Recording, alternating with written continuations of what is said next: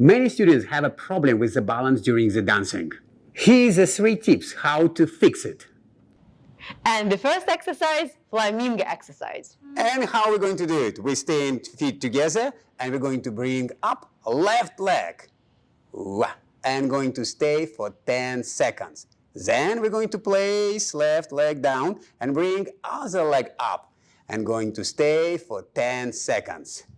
And now, let's do it. Stay on your right leg and bring your left leg up. 1, 2, 3, 4, 5, 6, 7, 8, 9, 10.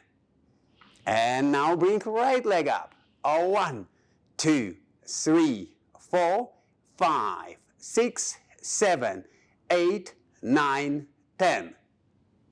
And exercise number 2. We're going to get our frame and turn our upper body to the right. 1, come back, 2, and then to the left. 3, 4. And one more time.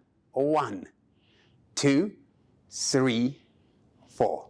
And now let's bring left leg up. Stay on your right. Get your frame and slow turn body to the right. 1, 2, then 3, 4. And now other leg. Bring right leg up. Get your frame. Turn your frame slowly to the right and to the left. And now, the real exercise.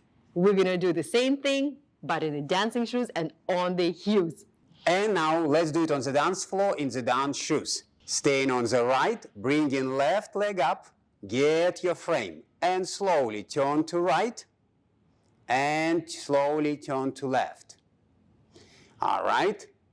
Change your foot, bring right leg up, and one more time. Turn your frame to the right, and then turn your frame to the left, and place your heels down. When we do this exercise, it's important to keep your hip under your shoulder. Sometimes we bring it forward or bring it backward, and it destroys our balance. Keep your hip under your shoulder. So try these exercises and let us know how it works in the comments below. If you want more tips on ballroom dancing, subscribe to our YouTube channel.